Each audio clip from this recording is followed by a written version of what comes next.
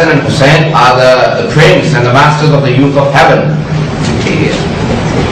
Who will go to the heaven? When asked, Ya Rasulullah, youth of heaven, he said, yes, you will all go in the heaven as young men. Who will be coming to the heaven? The prophets, messengers, Adam, Nuh, Abraham, Jesus, Moses.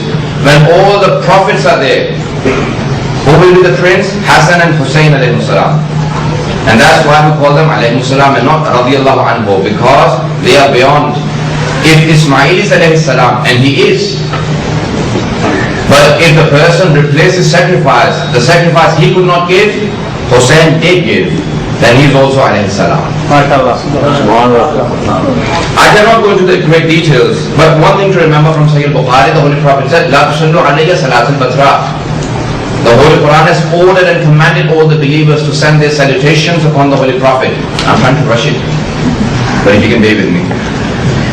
The Holy Prophet says, do not send salutations which are tailless. It was said, Ya Rasulullah, O Messenger of the Prophet, O Messenger of Allah, what does it mean not to send tailless salutations upon you?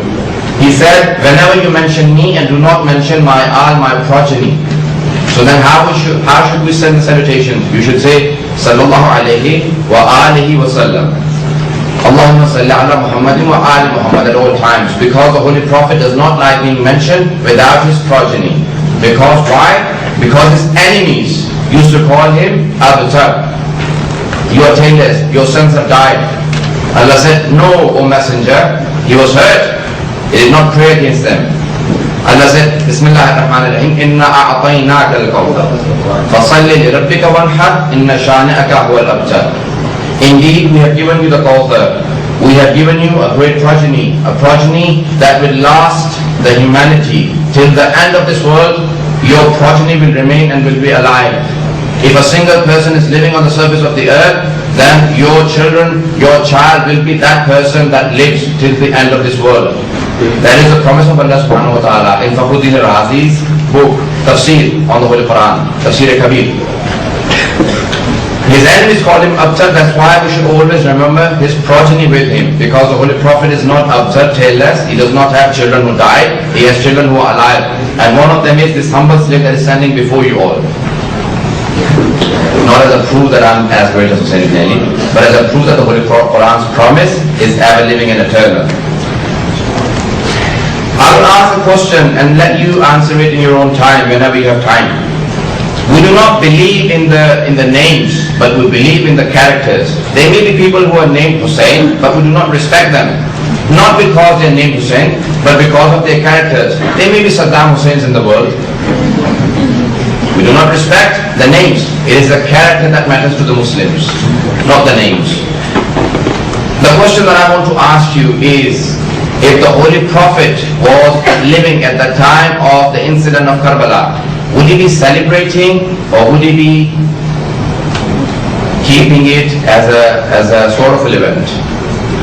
An event that would hurt the Holy Prophet, an event that he would commemorate and not celebrate. You can answer that in your own time. In the incident of Karbala, as the respected honorable scholar before me had indicated, that the incident is a historical event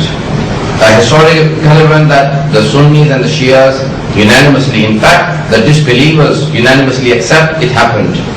If you want to read more history about the incident of Karbala, then Tabari has a whole chapter on Karbala.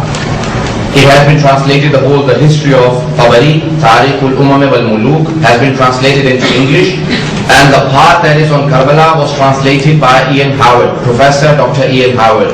You may be able to find it probably on the internet. More details on Karbala itself. And Tabari mentions that there were 30,000 soldiers in the army of Yazid and some 100 soldiers in the army of Imam Hussein alayhi salam. I want to mention a point that people have argued in the philosophy. If I'm boring you too much, then just keep smiling at me. That would make me come off early.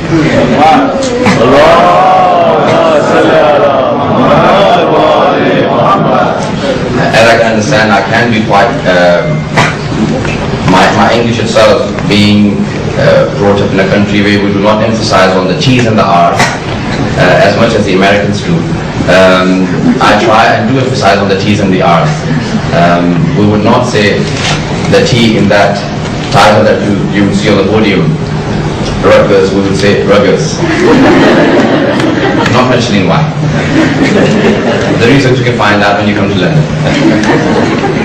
However, there will be historical events even in our own lives. Things will happen, will be forgotten, they will be forgotten in the next moment. It is in philosophy. They argue, things happen and they're forgotten. You drop something, you pick it up, and you don't even remember it, even the same day. Things happen. But there are things that I remembered for hours.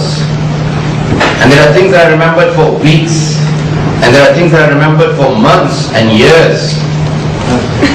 Just as the American would say, we will not forget, and they do not show what, but they show a picture on the immigration office once you come into the airport.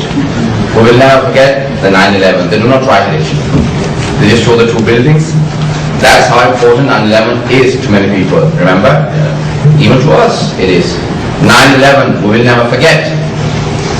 Years have gone, years will come, they say we'll never forget. That's how certain historical events are, never forgotten. But there are certain events that will never ever be forgotten.